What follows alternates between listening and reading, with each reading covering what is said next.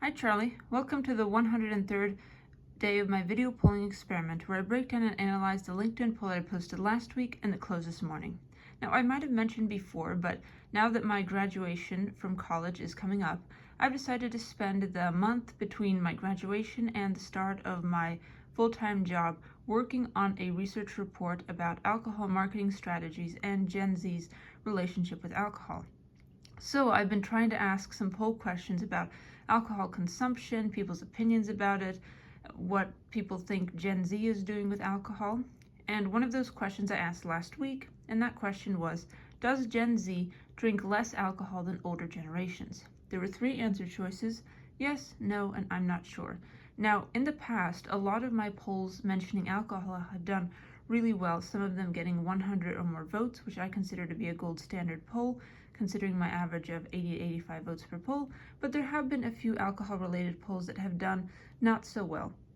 So I didn't have particularly high hopes for this poll, but fortunately for me, this poll got 120 votes, so something about this question obviously resonated with my audience. And here's how the distribution ended up breaking down. 62% of these 120 voters said that yes, Gen Z drinks less alcohol than older generations. 17% of them said no, Gen Z does not drink less alcohol than older generations, and 22% of them were honest enough to admit that they weren't sure. Now, I've been thinking a lot about the reasons that people perceive Gen Z as being less alcohol involved in previous generations. For instance, all of the major alcohol brands have released non-alcoholic versions of their drinks that are supposed to sort of replicate the taste and the feel of their famous alcoholic beverages without the kind of not so pleasant and sometimes damaging to your health effects of real alcohol.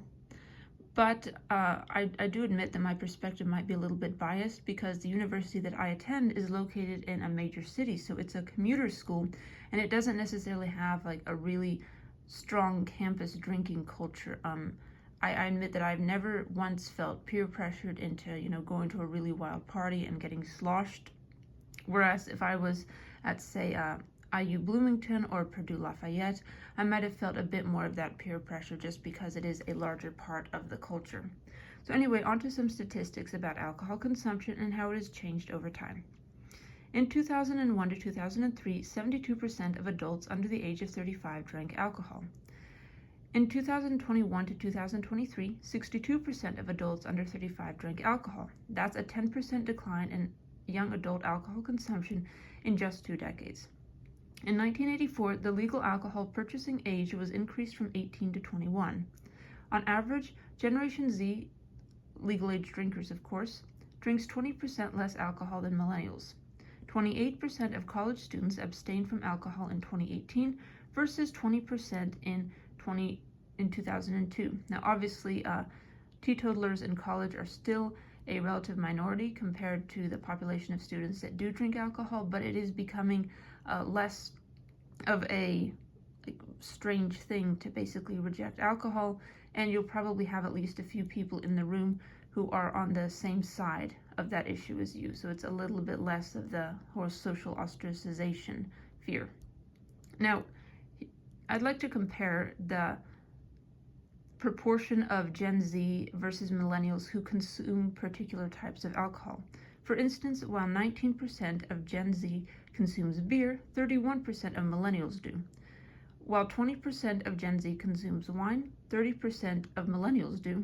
And while 18% of Gen Z consumes spirits like tequila and liquor, only 22% of millennials do so. So obviously, across these three main categories of alcohol, millennials are consuming them at a significantly higher rate than Gen Z. But of course, there is still a substantial proportion of Gen Z, probably a majority, if we had to guess correctly, who do consume alcohol, but it is becoming somewhat more common for Gen Z perhaps to abstain from alcohol. I am one of those people, and just for kind of personal and health reasons, but I do also acknowledge that kind of the culture that you're in, the family background that you come from, all of those play a pretty huge role in determining how much alcohol you consume and how worth it you think it is to abstain from alcohol altogether.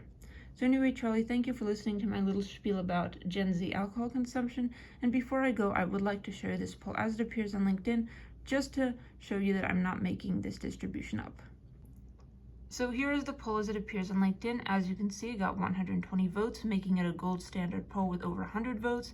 And the most popular answer choice was yes, Gen Z drinks less alcohol than older generations, garnering 62% of the votes. Anyway, Charlie, thank you so much for listening to my little spiel about Gen Z alcohol consumption. I know this video was a bit longer than my videos have been lately. It's about 5.5 minutes. My previous videos were about 3.5, but I just have a lot to say about this issue, and I look forward to delving even deeper as I do research and start writing my report about alcohol. So anyway, Charlie, thank you for listening. Stay tuned for my 104th video poll analysis tomorrow, and have a wonderful day. Bye!